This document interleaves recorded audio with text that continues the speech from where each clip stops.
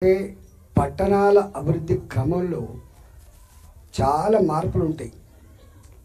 పల్లెల్లాగా ఉండేటువంటి ఆస్కారం లేదు. ఇది ఒక హైదరాబాద్ నగరానికి మాత్రమే పరిమితం కాదు. ప్రపంచంలో ఎక్కడ పట్టణాల అభివృద్ధి జరిగినా, అర్బనైజేషన్ చాలా ఫాస్ట్గా విస్తరించిన అనేక రకాల మార్పులు చోటు చేసుకుంటాయి.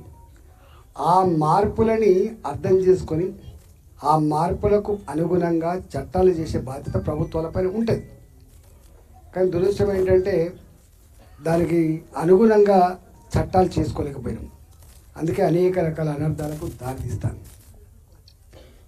మొన్నటి వరకైతే చాలామందికి తెలంగాణ సమాజానికి తెలియని అంశం ఏంటంటే, ఏదో హైదరాబాదులో చెరువులన్నీ ఆక్రమించుకున్నారట, కాలువలన్నీ ఆక్రమించుకున్నారట, అక్రమంగా ఇళ్ళు కట్టుకున్నారట, దానివల్లనే మొత్తం వరదలు వస్తున్నాయటువంటి భావన ఉండే. ఒక మాట చెప్పడం అంత దొంగలు అన్నట్టుగా చిత్రీకరించే ప్రయత్నం చేసిండ్రు.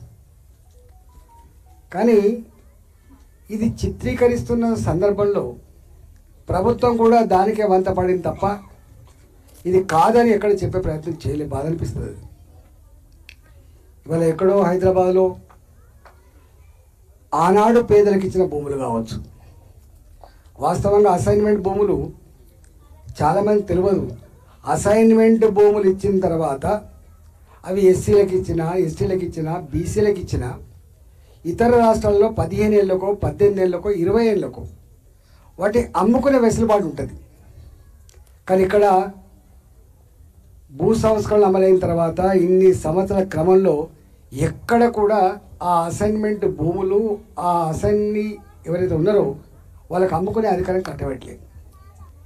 ఈ అర్బనైజేషన్లో భాగంగా పాపం వాళ్ళకి ఆ గుట్టలల్లో, ఆ చెట్లల్లో వ్యవసాయం చేసుకునేటువంటి స్తోమత లేక పక్కపంటే 5 కోట్లు 10 కోట్లు విలువ కాగానే వాళ్ళు అడ్డికి పావుసేరు అమ్ముకుంటారు. వాళ్ళు పాపం వాళ్ళ కనుక ప్రభుత్వం హక్కులు కలిగిస్తే అందరిలాగానే వాళ్ళు కూడా మంచిగా పెరిగిన ధరలకు అనుగుణంగా అమ్ముకుంటారు.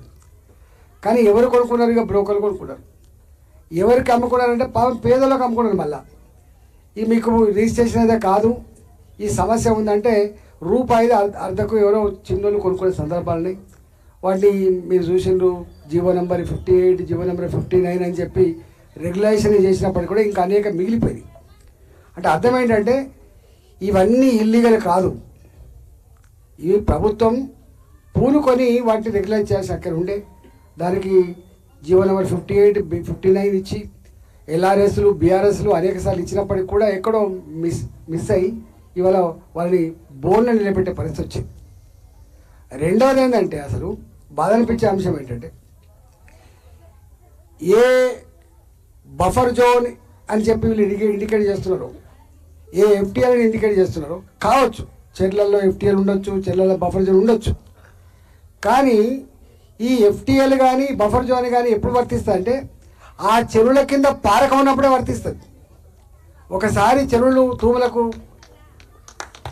తూములకు నీకు మొత్తం సీసం కొట్టిన తర్వాత నీళ్ళు బయటకు వెళ్ళకుండా చేసిన తర్వాత దానికి ఎఫ్టీఎల్ బఫర్ జోన్ వర్తించాలనేటువంటి భావన కూడా ఎవరు చెప్పే ప్రయత్నం చేయలేదు. ఇవాళ ఎక్కడ చూసినా మీరు చూడండి, ఎక్కడ చెరువుల కింద ఒక గుంటడు పారకం ఉందా మీరు చెప్పండి, ఎక్కడ ఉండదు. కానీ ప్రభుత్వం ఏం చేయాల్సి ఉండే, ఎప్పుడైతే ఈ చెరువులకు తూములకు నీళ్ళు వెళ్ళకుండా చేసిండ్రో, ఈ మొత్తం ఎఫ్ఆర్ఎల్ పూల్ ట్యాంక్ లెవెల్ ఉన్నప్పుడు ఎంత భూమి అయితే మునుగుతుందో ప్రైవేట్ వాళ్ళందరూ కంపెన్సేషన్ తీసుకోవాల్సి ఉండే, లేకపోతే భూమి ఇవ్వాల్సి ఉండే. కానీ ఆ పని చేయలే. చేయకపోవడం వల్ల ఏమైంది, 5 కోట్లకు 10 కోట్లకు ఎకరం కాగానే టెంప్ట్ అయిపోతారు రైతు ఏం చేసిండు, రాత్రి మట్టి మంచిగా నింపుకున్నాడు నా భూమి అని చెప్పి దాన్ని ఆ ఎఫ్ఆర్ఎల్ నుంచి పైకి లేపుకున్నాడు. బాజప్తా పట్టా భూమి కాబట్టి బాజప్తా పర్మిషన్ కోసం పెట్టుకున్నాడు, లేఅవుట్ చేసిన అమ్మేసి మన కొనుక్కున్నప్పుడు ఏం చూస్తాం మనం, ఇది పట్టా భూమి కాదని చూస్తాం ఒకటి. రెండవది ఇది రిజిస్ట్రేషన్ అవుతుంది కదా అని 2 చూస్తాం. మూడవది బ్యాంకులో వస్తా లేదని చూస్తాం, లీగల్గా చూస్తాం. మనం అన్నీ బాగానే ఉంటాయి. ఎందుకంటే 30 ఏళ్ళుగా 40 ఏళ్ళుగా వాళ్ళ పానీలు తీసినా, వాళ్ళ లింక్ డాక్యుమెంట్ తీసినా కూడా ఇవన్నీ బాజాప్తా వాళ్ళ పట్టా భూములే కాబట్టి మనం కొనుక్కుంటాం. ఓ 30 ఏళ్ళ క్రితం 40 ఏళ్ళ క్రితం మనం కొనుక్కున్నాం. నేను 92లో అలవాలు ఉంటుంది, 92 నుంచి అలవాలు ఉండదు. నా పక్కపడి ఒక కాలనీ ఉండదు.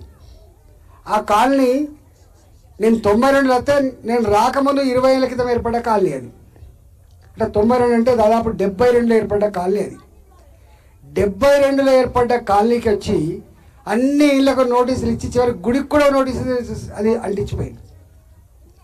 72 ఎప్పుడు, 2024 ఎప్పుడు, గుడిని కూడా వదిలిపెట్టకుండా ఆ గుడికి కూడా నోటీసులు అంటించిపోయింది. అంటే సిస్టమ్ ఎట్లా ఉంటుంది అని ఒకసారి చూడండి. దీని మీద ఎవరు మాట్లాడడానికి సాహసం చేయాలి. వాస్తవంగా అవి బాధ్యత పట్టా భూములలో ఆ రైతు నేను ఇంతకుముందు చెప్పినట్టుగా మట్టి నింపుకొని దాన్ని ఎఫ్టీఎల్ నుంచి బయటపడేసుకొని అమ్ముకున్న భూములు కొనుక్కున్నాం. మనం 50 ఏళ్ళ కింద వచ్చేయాలా అనేది ఎఫ్టీఎల్ నుంచి కాదు కూలగొడతా అంటే ఎంత గిలగిల కొట్టుకోవాలి చెప్పండి. అసలు మనిషికి 2 ఆశయాలు ఉంటాయి. ఇప్పుడు ఒక మంచి నౌకరీ చేసుకోవాలి, లేదా ఒక మంచి బిజినెస్ సెటిల్ కావాలి, నేను నా కుటుంబం మంచిగా సెటిల్ కావాలి, నాకు సొంత ఇల్లు ఉండాలని కోరుకుంటాను.